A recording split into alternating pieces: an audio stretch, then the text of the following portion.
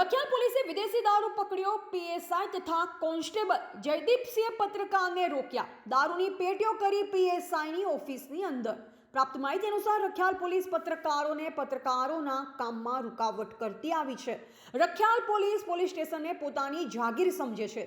તારીખ 14/3/2024ના રોજ ગાડી નંબર GJ08DD 7202 જે ગાડી વિદેશી દારૂથી ભરેલ હતી। જ્યારે પત્રકારને જાણ થતાં પત્રકાર દિનેશચંદ્ર શાહ ત્યાં પહોંચ્યા હતા, પરંતુ આ તો રખિયાલ પોલીસ એટલે દુનિયાની બેતાબ બાદશાહ પીએસઆઈ MM ગઢવી અને કોન્સ્ટેબલ જયદીપસિંહ દ્વારા પત્રકારને રોકી ફોટોગ્રાફી કે વિડીયો શૂટ કરવાનું ના પાડી દેવામાં આવ્યું અને પત્રકારના ઘરે જતા રહો, નહીં તો તમારા ઉપર કાયદેસરની કાર્યવાહી કરવામાં આવશે તેવી ધમકી આપવામાં આવી। રખિયાલ પોલીસ માટે પત્રકાર એટલે ખેતરના મૂળા જેવું છે। પત્રકાર દિનેશચંદ્ર શાહ દ્વારા PSI MM Gadhvi Rakhiyal police સ્ટેશનનો ચાર્જ સંભાળ્યો ત્યારથી રખિયાલ પોલીસ સ્ટેશનની હદમાં દારૂનું વેચાણ યથાવત થઈ ગયું છે। રખિયાલ પોલીસ નંબર પ્લેટ વગરની તેમજ કાળા કાચવાળી ગાડીઓ રાખી શકે, જો પબ્લિક રાખે તો ગુનો ગણાય।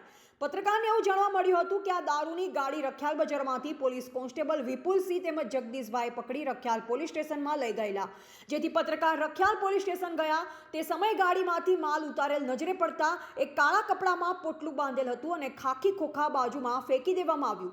પત્રકારે પૂછ્યું તો તેઓએ જણાવ્યું કે આટલો માલ પકડેલ છે। જ્યારે તે પત્રકારની નજર પડતા પીએસઆઈના કેબિનમાં 20 થી 25 પેટી માલ મૂકી રાખેલો હતો।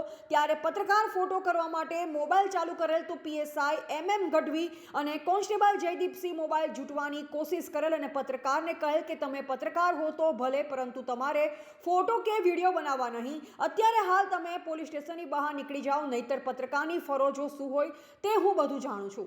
આમ કઈ પત્રકારને અપમાનિત કરી પોલીસ સ્ટેશનમાંથી બહાર કાઢી મૂકેલ। પત્રકાર દ્વારા એસપી સાહેબ ગાંધીનગર તેમજ CPI સાહેબ ગાંધીનગર તેમજ SP કંટ્રોલ ગાંધીનગર તેમજ હાઈકોર્ટના આદેશથી પોલીસ વિરોધ કોઈ ફરિયાદ હોય તો 1444 નંબર પર જાણ કરવામાં આવી। હવે રખિયાલ પોલીસ ઉપર પત્રકારના કામોમાં રૂકાવટ કરેલ પોલીસ ઉપર કોર્ટ કેસ કરી કાયદેસરની કાર્યવાહી કરવામાં આવશે। રિપોર્ટર દિનેશચંદ્ર શાહ, બોધિક ભારત, દહેગામ।